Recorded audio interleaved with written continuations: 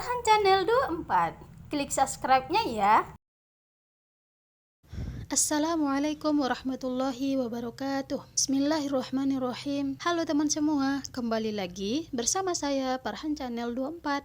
Nah teman, pada video kali ini saya akan membahas tentang Babul Mubtada'i wal Khabar. Bab tentang mubtada dan khabar. Langsung saja kita bahas ya. Ta'rif, definisi. Adapun definisi mubtada dan khabar itu adalah al-mubtada'u wal ismul marfu'ul 'ari 'anil awamilil lafziyah wal khabaru wal ismul marfu'ul musnadu ilaih. Artinya, mubtada adalah isim marfu' yang sepi atau sunyi dari amil-amil lafziyah, sedangkan khabar adalah isim marfu' yang disandarkan kepada mubtada. Amil-amil lafziyah yang dimaksud yaitu kana, inna, zonantu, dan saudara-saudaranya. Nah teman, kalau ada isim hukumnya marfu' terdapat di awal kalimat dan sebelumnya itu tidak ada kana, inna, ataupun zonantu dan saudara-saudaranya itu, maka isim tersebut sah disebut dengan mubtada. Sedangkan mubtada ini butuh kepada khabar. Maksudnya, di mana ada mubtada, pasti ada khabar. Nah, dari definisi tadi teman, dapat kita simpulkan bahwa mubtada dan khabar itu memiliki persamaan, yaitu sama-sama isim dan sama-sama hukumnya marfu'. Nah, berdasarkan kalimatnya juga, mubtada itu dibagi kepada dua. Yang pertama adalah zahir, jelas ada terlihat katanya dan hukumnya marfu'.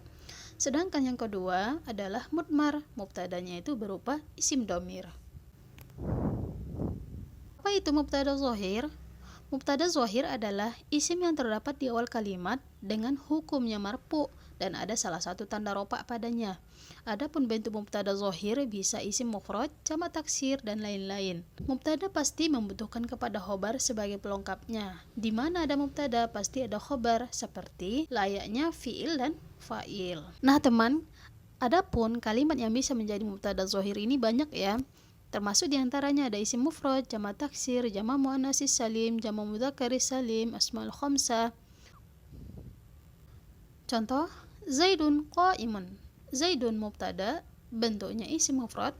Qa'imun khabar, bentuknya isim mufrad. Az-zaidani qa'imani. Az-zaidani mubtada, bentuknya tasniyah. Qa'imani khabar, bentuknya tasniyah juga.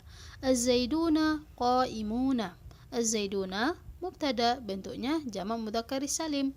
Qa'imuna khabar, bentuknya jamak mudzakkaris salim. Nah teman, dapat disimpulkan bahwa mubtada dan khabarnya itu sama-sama hukumnya marfu'. Bentuk khabar mengikut kepada bentuk mubtadanya. Bila bentuk mubtada isim mufrad, maka khabarnya juga isim mufrad. Bila bentuk mubtadanya itu tasniyah, maka bentuk khabarnya juga tasniyah. Bila bentuk mubtadanya itu jamak mudzakkaris salim, maka bentuk khabarnya itu jamak mudzakkaris salim juga. Jadi bentuk khabarnya itu mengikut bagaimana bentuk mubtadanya. Mubtada mudmar atau mubtada dhamir. Dalam mubtada yang terdapat di awal kalimat, yang mana bentuk kalimat mubtadanya itu adalah isim dhamir. Isim dhamir marfu' ini ada 12, yaitu ana, saya, nahnu, kami, anta, engkau laki-laki, anti, engkau perempuan, antuma, kamu berdua, untuk laki-laki ataupun perempuan, antum, kamu banyak laki-laki, antunna, kamu banyak perempuan, huwa, dia laki-laki, hiya, dia perempuan, huma, mereka berdua, untuk laki-laki atau perempuan, hum, mereka banyak laki-laki, hunna, mereka banyak perempuan. Nah teman, ini dia semua isim dhamir rofa mutaharrik yang sah menjadi mubtada mudmar bila terdapat di awal kalimat. Contoh, ana qaimun. Na adalah isim dhamir rofa mutaharrik. Ikromnya mubtada karena terdapat di awal kalimat. Bentuknya adalah mutakallim wahdah ataupun mufrad. Qaimun khabar, hukumnya marfu', bentuknya isim mufrad. Jadi antara mubtada dan khabar sama-sama mufrad. Nahnu qaimuna. Nahnu adalah isim dhamir rofa mutaharrik yang terdapat di awal kalimat. Bentuknya adalah jamak dan ikromnya adalah mubtada karena terdapat di awal kalimat. Qaimuna adalah khabar, bentuknya jamak mudzakkaris salim, hukumnya marfu'.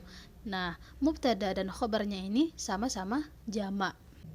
Nah, teman, bentuk khobarnya ini terbagi kepada dua pula. Yang pertama adalah mufrad, yang kedua adalah ghairu mufrad. Penjelasannya gimana, Kak? Maksud dari khobar mufrad itu adalah khobarnya cuma satu kata saja dan isimnya dengan keadaan marfu dan memiliki atau menggunakan salah satu tanda rofa. Kalimat yang bisa jadi khobar mufrad ini yaitu isim mufrad, tasniyah, jamak mudzakkar, jamak muannas, jamak taksir, dan asmaul khamsah. Nah, ini disebut dengan khobar mufrad. Sedangkan khobar ghairu mufrad adalah khobarnya berupa jumlah, yaitu bisa jumlah jar wal majrur, dzarab wal mazrub, jumlah fi'liyah, dan jumlah ismiyah.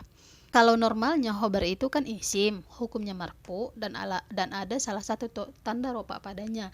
Sedangkan khobar ghairu mufrad ini dia bukan isim namun berupa jumlah dan posisi jumlahnya ini menempati khobar. 1. Jar wal majrur.